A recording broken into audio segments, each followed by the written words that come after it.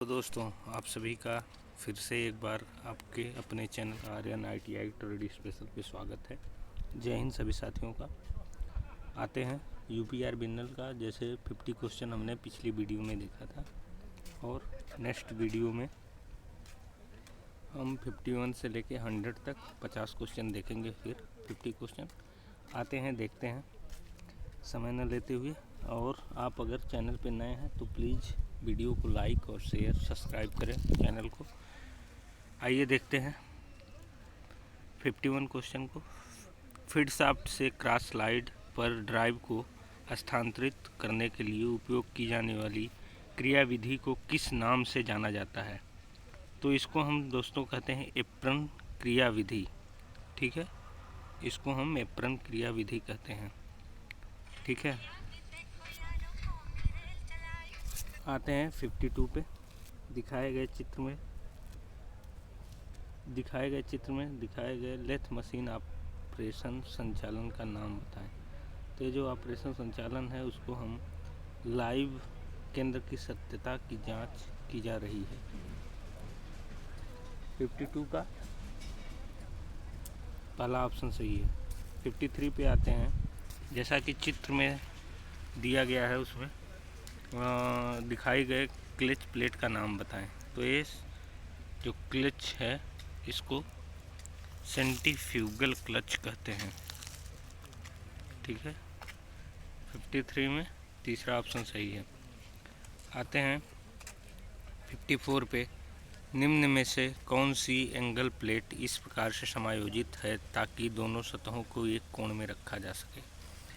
तो swell type जो angle plate होती है वो किसी भी कोण में सेट हो सकती है। ठीक है,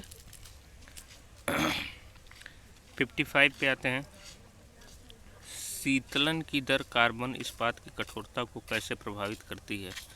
तो शीतलन की कम दर कम कठोरता की ओर ले जाती है। तीसरा ऑप्शन सही है। आते हैं 56 पे क्वेश्चन पे।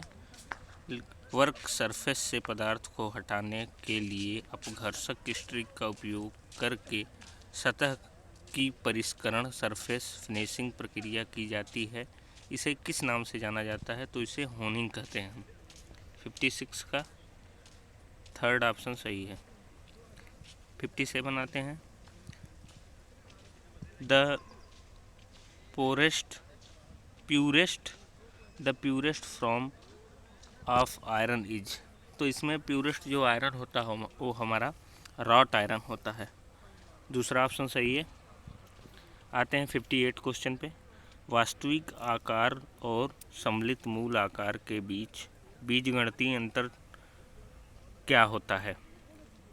तो वह हमारा होता है वास्तविक विचलन, उसको बोलते हैं। ठीक है, उसको हम वास्तविक विचलन कहते हैं।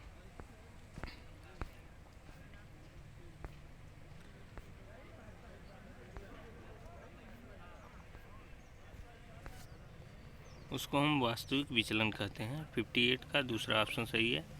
59 पे आते हैं। निम्न में से किस प्रक्रिया में महीन अपघर्षक कणों के साथ वर्क को रगड़कर पदार्थ की एक छोटी मात्रा को हटा दिया जाता है? तो उसे लैपिंग हम कहते हैं।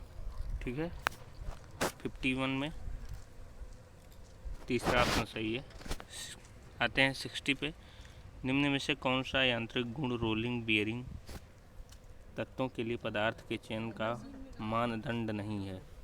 तो इसमें पहला ऑप्शन सही है, उच्च आघात वर्धनीयता। आते हैं 61 पे। मार्किंग टेबल आमतौर पर किस मेटल के बने होते हैं? तो मार्किंग टेबल हमारा ढलवा लोहा और ग्रेनाइट का बनाया जाता है। ठीक है, 61 में पहला ऑप्शन सही है। 62 पे आते हैं।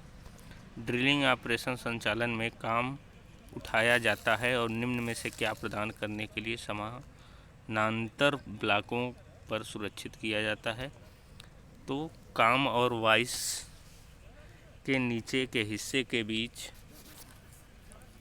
निकासी, चौथा ऑप्शन सही है इसमें। 63 पे आते हैं। इस्पात को निम्न में से किस पर गर्म करके एनीलिंग की प्रक्रिया की जाती है? तो जो एनीलिंग की प्रक्रिया हम करते हैं वो क्रांतिक तापमान से ऊपर हम गर्म करके करते हैं। चौथा ऑप्शन सही है 63 में। 64 में आते हैं, वेल्डिंग या सोल्डरिंग की प्रक्रिया पूरी हो जाने के बाद फ्लक्स अवशेषों को हटा दिया जाता है। तो 64 में चौथा ऑप्शन सही है, फ्लक्स मूल धातु और वेल्ड डिपॉजिट के क्षरण का कारण बन सकते हैं। ठीक है, आते हैं 65 पे। दिखाए गए चित्र में गैस वेल्डिंग प्लांट में गैस सिलेंडर एक्स और वाई क्या दर्शाता है। ठीक है, तो जो चित्र एक्स वाई दिया है वो जो है एसिटिलीन और ऑक्सीजन सिलेंडर को दर्शाता है। पहला ऑप्शन सही है 65 का। 66 पे आते हैं, वे कैलिपर जो हिल या यूजियल बेंट लेग के साथ आते हैं उन्हें क्या कहा जाता है। उन्हें हर्माफ्रोडाइट कैलिपर कहते हैं। ठीक है, हर्माफ्रोडाइट कैलिपर कहते हैं उनको। 67 पे आते हैं, दिखाए गए चित्र में दिखाए गए नट का नाम बताएं।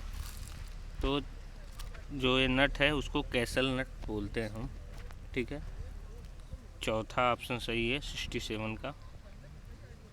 आते हैं 68 पे। पिघले हुए शोल्डर के साथ धातु के क्षेत्र को कवर करने के लिए उपयोग किए जाने वाले ऑपरेशन कार्य को किस नाम से जाना जाता है। तो उसे हम टीनिंग कहते हैं। ठीक है, 69 पे आते हैं, एक सहनीयता विनिर्देश 30S7G/G6 के लिए दिए गए निम्न कथनों का विचार करें। तो इसमें पहला ऑप्शन सही है, केवल 1 और 2 और 3।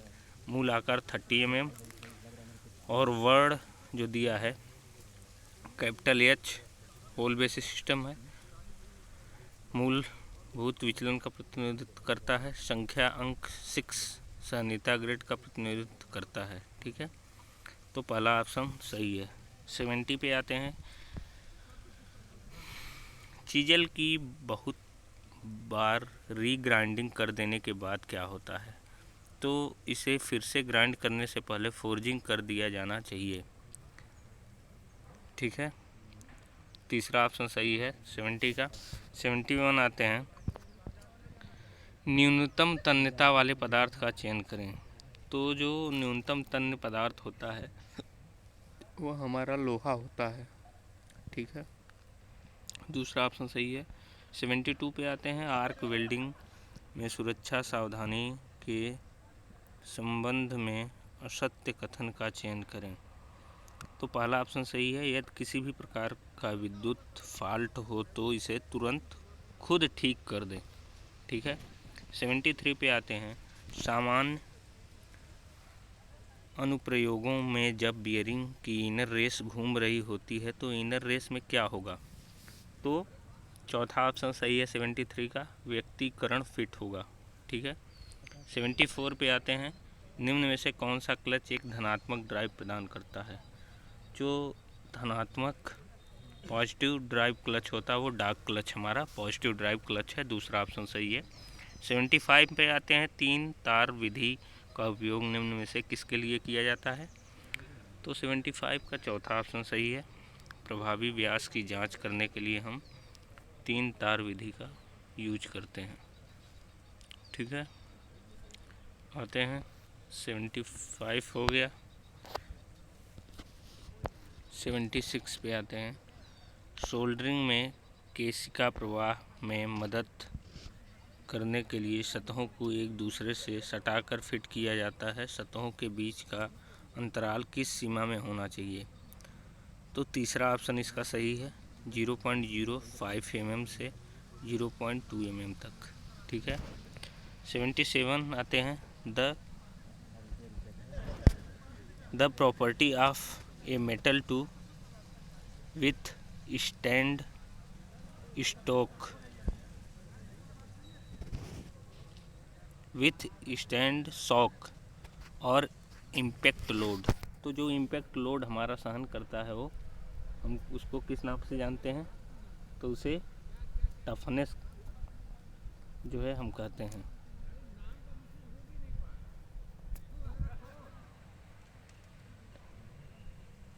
तीसरा ऑप्शन सही है 77 का। 78 आते हैं, निम्न में से किस प्रक्रिया में टूल की घूर्णन क्रिया का उपयोग करके ठोस धातु में वृत्ताकार छिद्र का निर्माण किया जाता है। तो जो हम वृत्ताकार छिद्र का निर्माण करते हैं उसको हम ड्रिलिंग कहते हैं। ठीक है।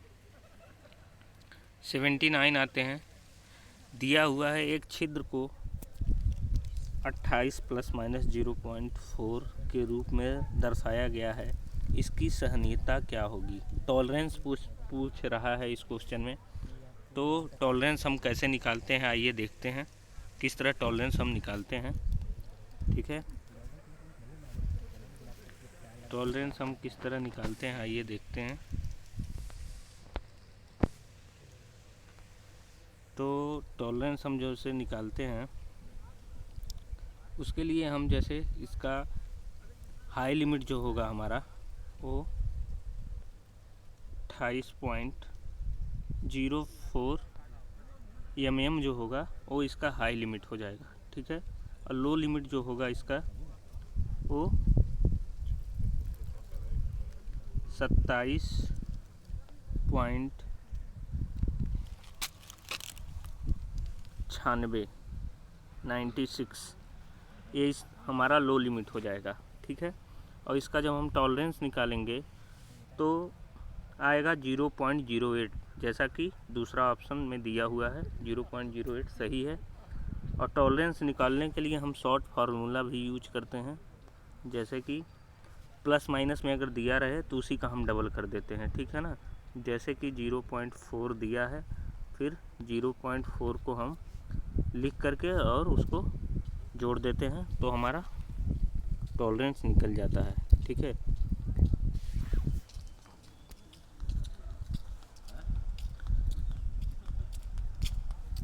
आते हैं देखते हैं 79 हो गया। 80 पे आते हैं। 80 क्वेश्चन पे धातुओं के उस गुणधर्म का चयन करें जो चिमड़ापन के विपरीत हो। तो चिमड़ापन के जो विपरीत होता है वो हमारा भंगुरता होता है। ठीक है, तीसरा ऑप्शन सही है। 81 पे आते हैं। पिटवा लोहा में लोहे की कार्बन कितना % लोहा होता है पिटवा लोहे में। पिटवा लोहा को हम जो है राट आयरन भी कहते हैं। 99.5% जो होता है वो आयरन होता है। ठीक है, आते हैं 82 क्वेश्चन पे। दिया हुआ है वर्नियर कैलिपर की न्यूनतम लिस्ट काउंट क्या होगी, चित्र में दिखाया है। तो इसमें पहला ऑप्शन सही है 0.02 mm। वर्नियर कैलिपर की हम लिस्ट काउंट कैसे निकालते हैं, फार्मूला उसका जान लीजिए। लिस्ट काउंट बराबर 1 - MSD बटे VSD।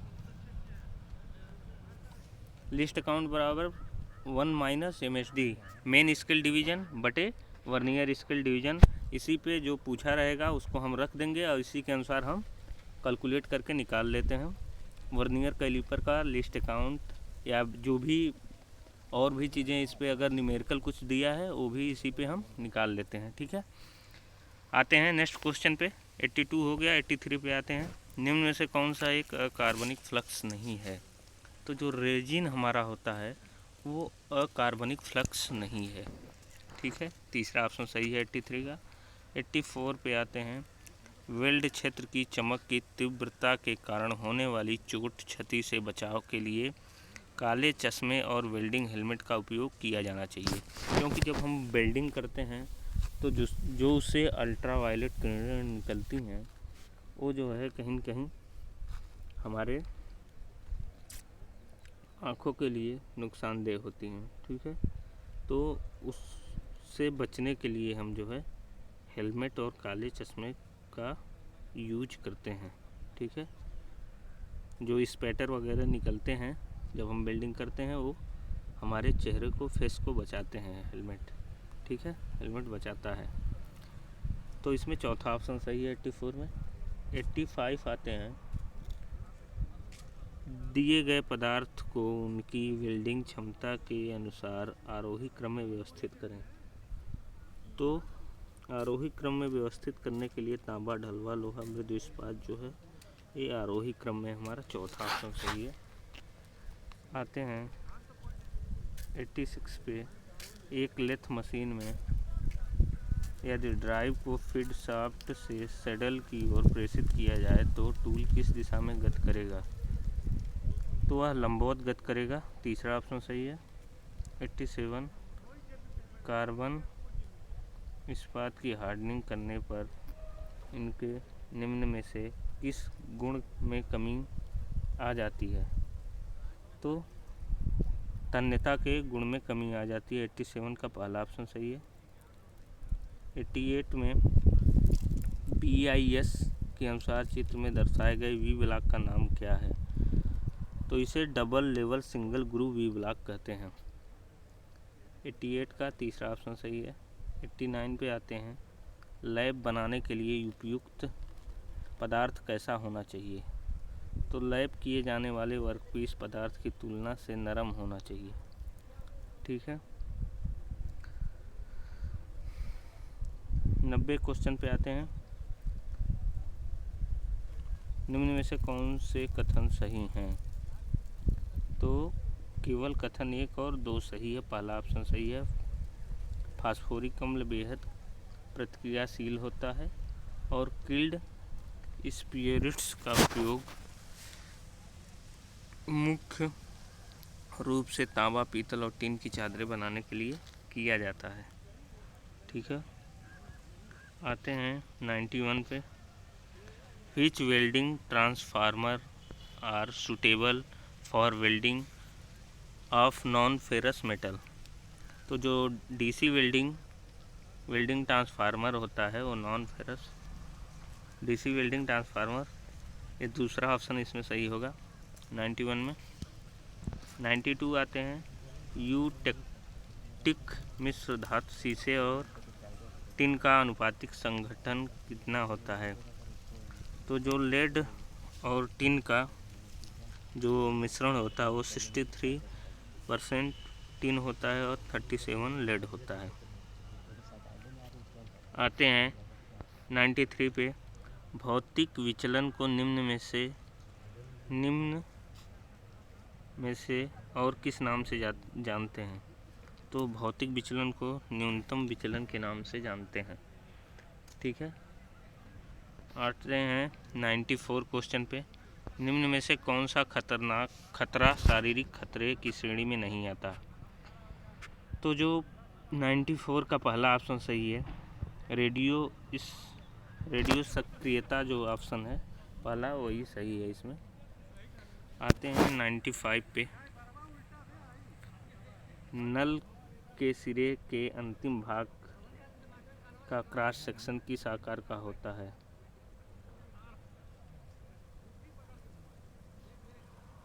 तो वर्गाकार आकार का होता है। यहाँ नट होगा शायद दोस्तों।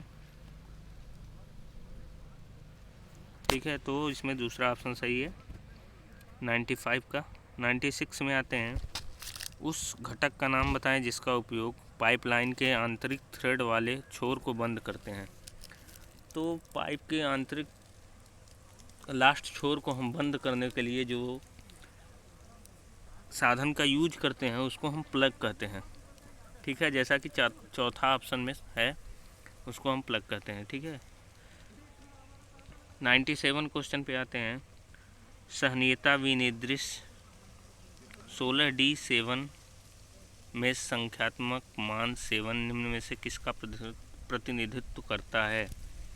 तो इसमें पहला ऑप्शन सही है। सहनीयता का ग्रेड जो है वही 7 प्रतिनिधित्व करता है। 98 पे आते हैं। निम्न में से किस कारण से सामने या पीछे के वर्कपीस किनारे पर चिप का अत्यधिक घटाव रिमूवल रोका जाता है और सपाट सतह की फाइलिंग को आसान बना दिया जाता है? तो उसको हम जो है कटिंग फेस पर उत्तलता कहते हैं। पहला ऑप्शन सही है 98 का।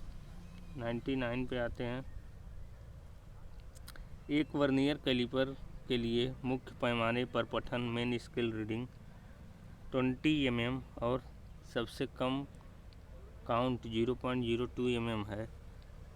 26 में विभाजन में मुख्य पैमाने के साथ वर्नियर विभाजन का मेल होने का कुल रीडिंग क्या होगा। तो वही फार्मूला अभी जो बताए हैं थोड़ी देर पीछे के क्वेश्चन में लिस्ट काउंट निकालने के लिए, वही फार्मूला यहाँ भी लगेगा। ठीक है, देख लीजिए। लिस्ट काउंट बराबर 1 माइनस MSD बटे VSD।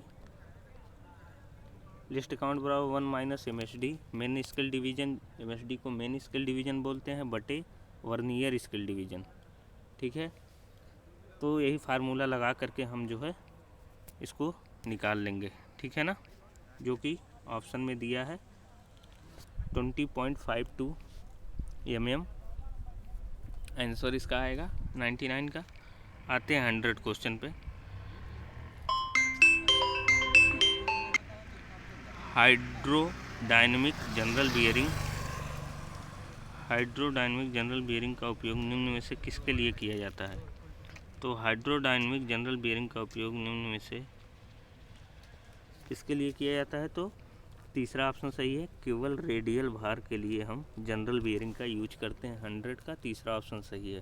ठीक है, तो दोस्तों आज हम लोग फिर 50 क्वेश्चन इस वीडियो में देखें और नेक्स्ट वीडियो में फिर हम 50 क्वेश्चन बताएंगे।